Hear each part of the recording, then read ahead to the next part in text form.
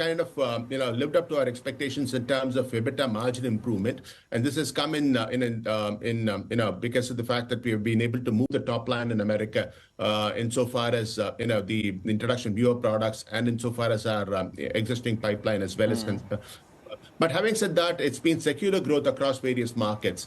The third aspect to it is the fact that all of those cost initiatives that we've been focusing on for quite some time have actually paid rich dividends. And you could actually see that a lot of these cost lines are on a tight leash insofar as we are concerned.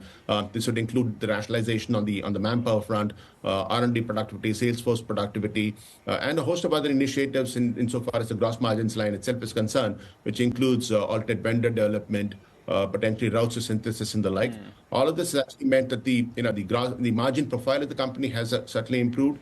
The overall sales mix has improved, and consequently, there has been a remarkable rise insofar as the EBITDA is also concerned.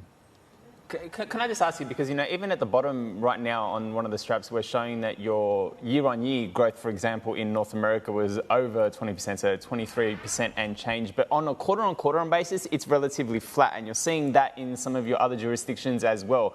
Is this an aberration, or are there things in the pipeline in terms of your portfolio that could see that kind of a growth clip that we saw from last year to now be in play from this year to next? Yeah, so as we are concerned, I think we are in for a period of secular growth, given the pipeline that we have.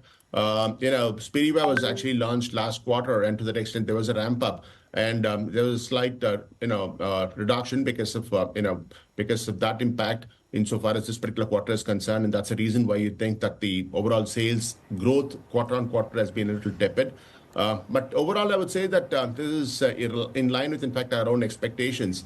And if you actually fast forward into the future, we are looking, in fact, introducing a lot more products and potentially, the sales in America, if you look at the next 5 years, will potentially go up by another 50%, so to speak. A lot of it actually coming in from the complex injectables and the respiratory stuff that you're speaking about.